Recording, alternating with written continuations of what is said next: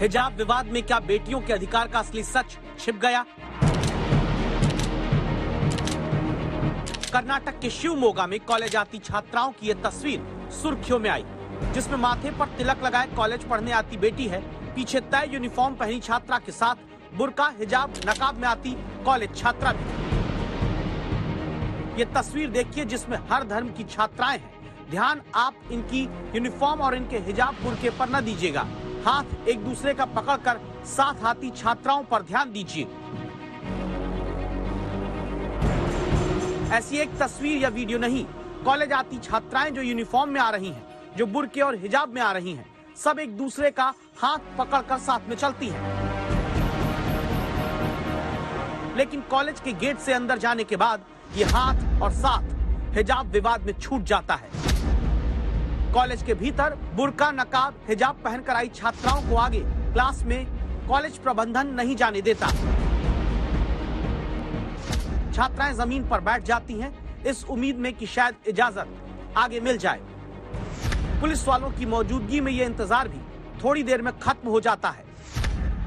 छात्राएं एक एक करके अपने ही कॉलेज से बाहर आ जाती हैं, कहती हैं राजनीति के खेल में मत फंसने दीजिए।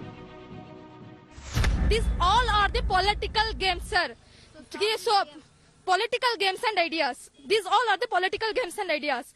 So, keep your ideas inside your pocket and keep your games outside. We are the students here standing for the purpose of study, not to play the game, sir. हिजाब की राजनीति क्या सिर्फ एक पक्ष की है? शिवमोगा में हाथ पकड़कर कई छात्राओं के एक साथ आने वाली इन तस्वीरों को भी अपने जहन से निकालिएगा मत, क्योंकि हिजाब पर राजनीति का खेल ही कई सच पर पर्दा डालता है।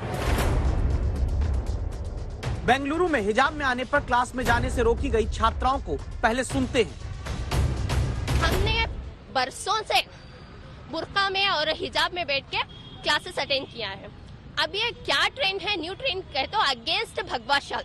भगवा शाल क्यों है? इतने साल भगवा शाल पहन के आते थे कोई स्टूडेंट्स नहीं ना, कोई भी नहीं आते थे।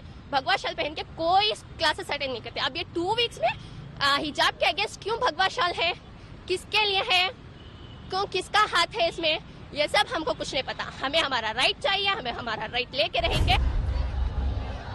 ये बात सच है कि हिजाब के विरोध में ही कुछ जगहों पर भगवा गमछा, पगड़ी पहनकर कुछ दिन प्रदर्शन छात्रों ने किया, लेकिन हाई कोर्ट के अंतरिम आदेश के बाद भगवा पहनकर छात्र नहीं आ रहे। अब यहाँ 2 तस्वीरें देखिए। पहली शिवमोगा की ही, जहाँ एक दूसरे का हाथ पकड़कर छात्राएं साथ आ रही थी। दूसरी तस्वीर तुमकुर की है, जहाँ मुस्लिम छात्राओं ने एक दूसरे का हाथ पकड़ रखा है, लेकिन हिजाब के अधिकार के साथ धर्म के नारों की गूंज भी है।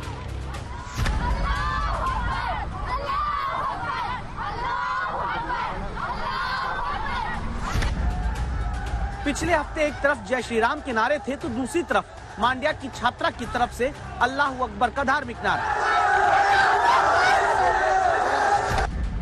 लेकिन अब तुमकुर में स्कूल आने के लिए हिजाब के अपने अधिकार की मांग में क्यों धर्म का नारा आता है?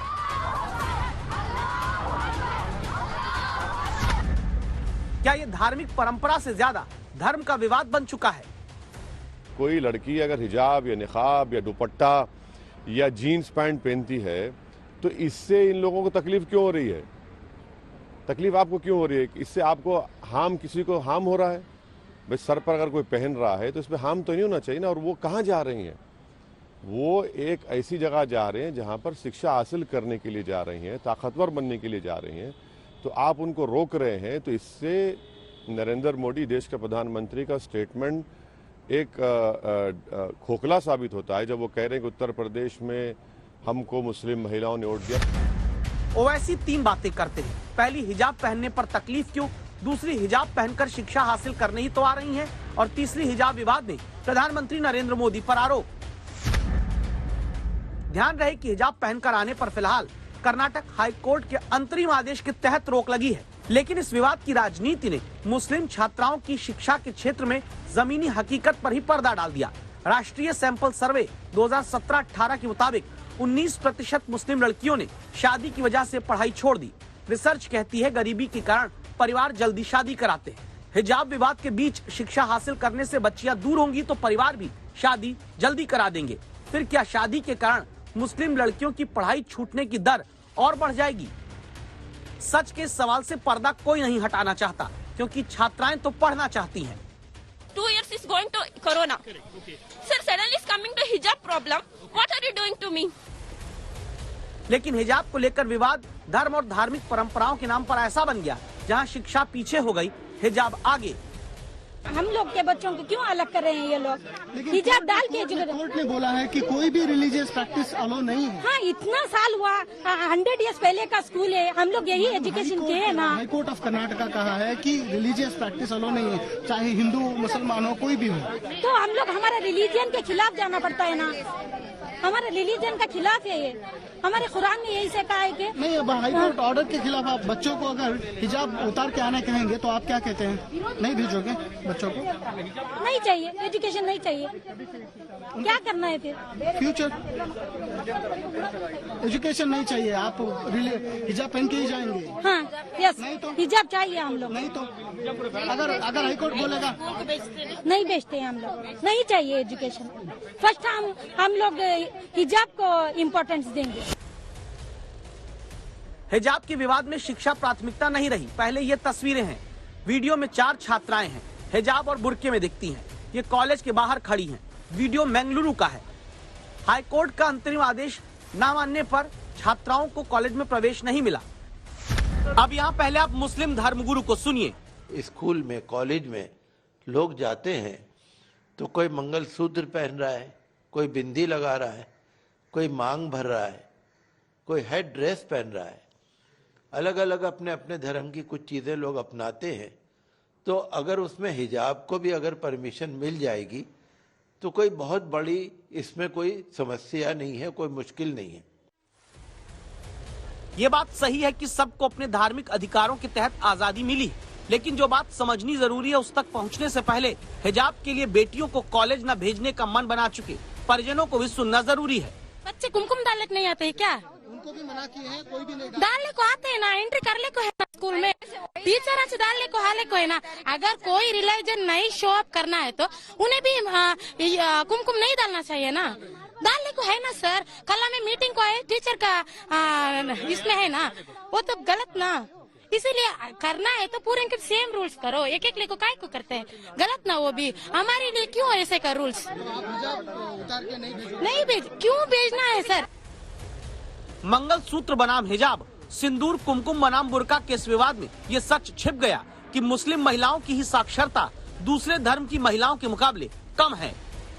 ऐसे विवाद में ये सच छिप गया कि 2011 की जनगणना के अनुसार भारत में मुस्लिम महिलाओं की साक्षरता दर 62.41% है, जबकि हिंदू महिलाओं में ये 70.78%, जैन महिलाओं में 87.86%, ईसाई महिलाओं में 76.78%, सिख महिलाओं में 71.32% और बौद्ध महिलाओं में 77.87% की साक्षरता है।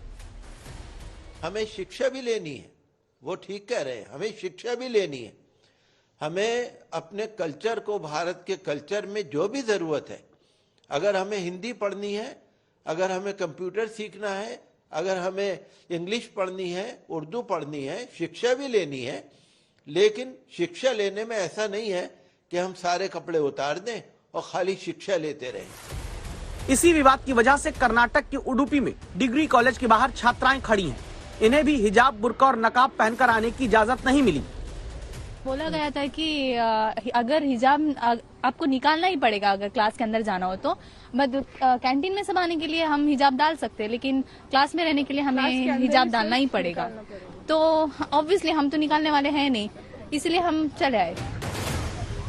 इस विवाद में ये बात आपको कोई नहीं बता रहा कि कर्नाटक देश का वो राज्य रहा है जहां दूसरे राज्यों के मुकाबले मुस्लिम छात्राएं उच्च शिक्षा हासिल करने में पिछले एक दशक में तेजी से आगे आई हैं। 2007 में जहां 18 से 23 साल की मुस्लिम छात्राओं की उच्च शिक्षा में भागीदारी सिर्फ 6.7% थी, 2017 में देश में बढ़कर वो 13.5% तक पहुंची, जबकि कर्नाटक में 2007 में जहां 1.1% मुस्लिम छात्राएं ही 18 से 23 साल की उम्र में कॉलेज जा रही थी, वो 2017-18 में बढ़कर 15.8% तक पहुंच जाता है।